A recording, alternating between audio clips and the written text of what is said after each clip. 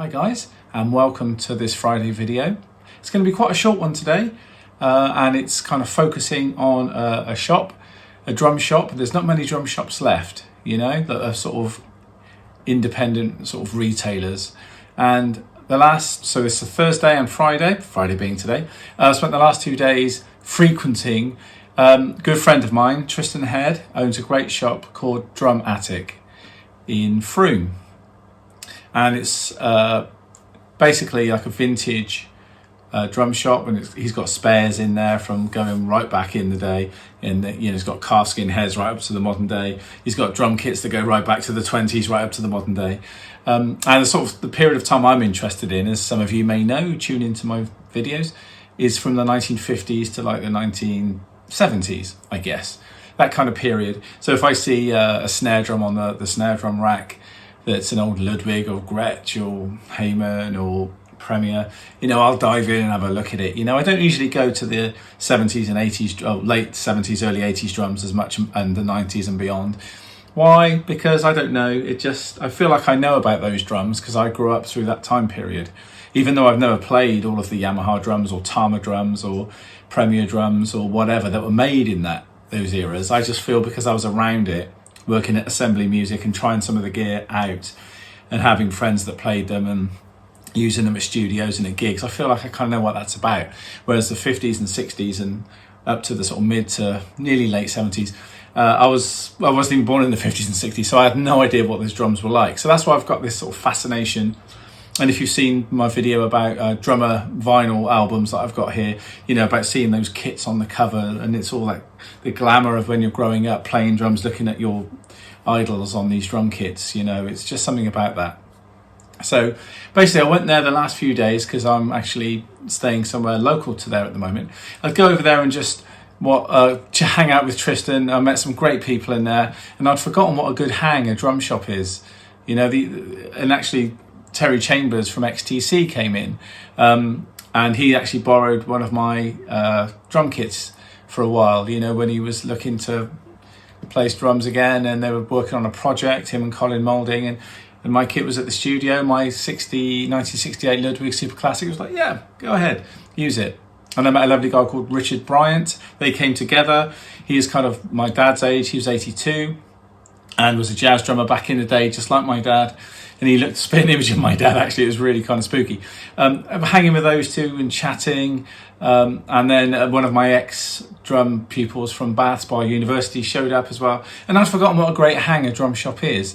And you very rarely get a chance to do that because, there's no drum shops around, So anyway, so there's a very cool thing. And I was going to check out snare drums, and I tried many different things. And, if I could afford it, I would have come home with a car full of drums, Also, while I was there, I saw a lovely Shellyman Leedy drum kit in burgundy sparkle, which was just beautiful. I think it's 2013-16, I think. It's gorgeous. A really lovely kit. It might be 12-14, I can't remember because I was too busy drooling at the mouth looking at it. But, I bought a snare drum to take away. It's not a restaurant. I bought a snare drum and I was looking for something steel shell, 6.5 or 7, and I want something different. As I say, I always go to the same sort of drum companies, so I actually come away with a different kind of drum, and you'll see it right now. And the name is quite amusing, but actually the drum itself is fantastic. It's an amazing drum. I know nothing about the company, but I thought, you know what, I'm looking for studio sessions and for live. I mean, I've got a DW as well that does it, obviously, but just nice to have something that I'm collecting that's just a little bit different. And it wasn't that expensive, and it sounded great in the shop, and I tuned it up, I tuned it down, I tried it with some dampening on it, and actually it's here now, look, there it is. And it's got this bead going around it, which is kind of cool. Nobody seems to know much about these drums online. They're made in Miami, allegedly, and there's a Made in USA badge in there. And they were around in the 1980s. And easily I could have gone for a 402 or something like that, or a Tama, or Yamaha, any other mate, Yamaha, anything, Pearl. He's got loads of drums, as you can see from that clip.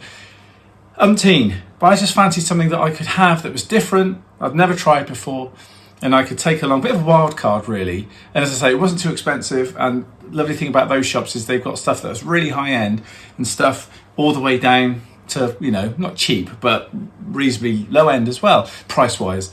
And there's something to be said for all of it. And I had that feeling again of going in and just trying a drum as if I just started playing drums again, forgetting that my DW association and all that, which is obviously very important to me, my love of Ludwig and Gretsch and blah blah blah, and just trying something different. So coming away with this drum, and I'm actually going to use it at a gig tonight. I'm playing with Matt Owens in Bath at the Grapes. He used to play with Noah and the Whale back in the day, and he's striving on with his solo career, and he writes some amazing music, and he's a great guy, and he's great fun to work with and hang out with. So I'm going to use it tonight on that gig. So if you're around and you watch this, you're in Bath, come down and see us play. And if you're watching this at some other point, well, we've already done it.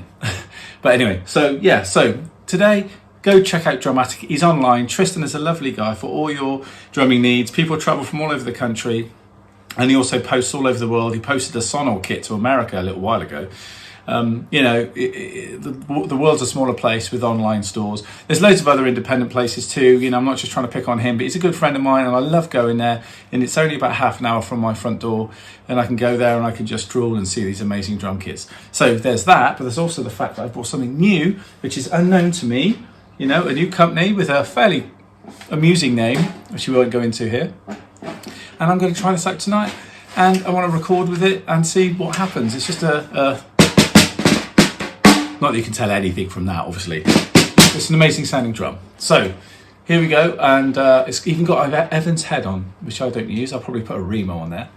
So there we go. So I hope you have a good weekend, guys. Thanks for tuning in. There'll be some more of these Friday videos coming. I'm now getting back from the studio and getting on with stuff, and I've got a load of things I want to talk about and share with you, and other record reviews and different things that I want to do. So thanks for watching this one. Go check out Tristan. Have a great weekend if you're gigging. If you're not, make the most. Enjoy it with the family, friends and whatever. Take care, and I'll see you next time. Cheers.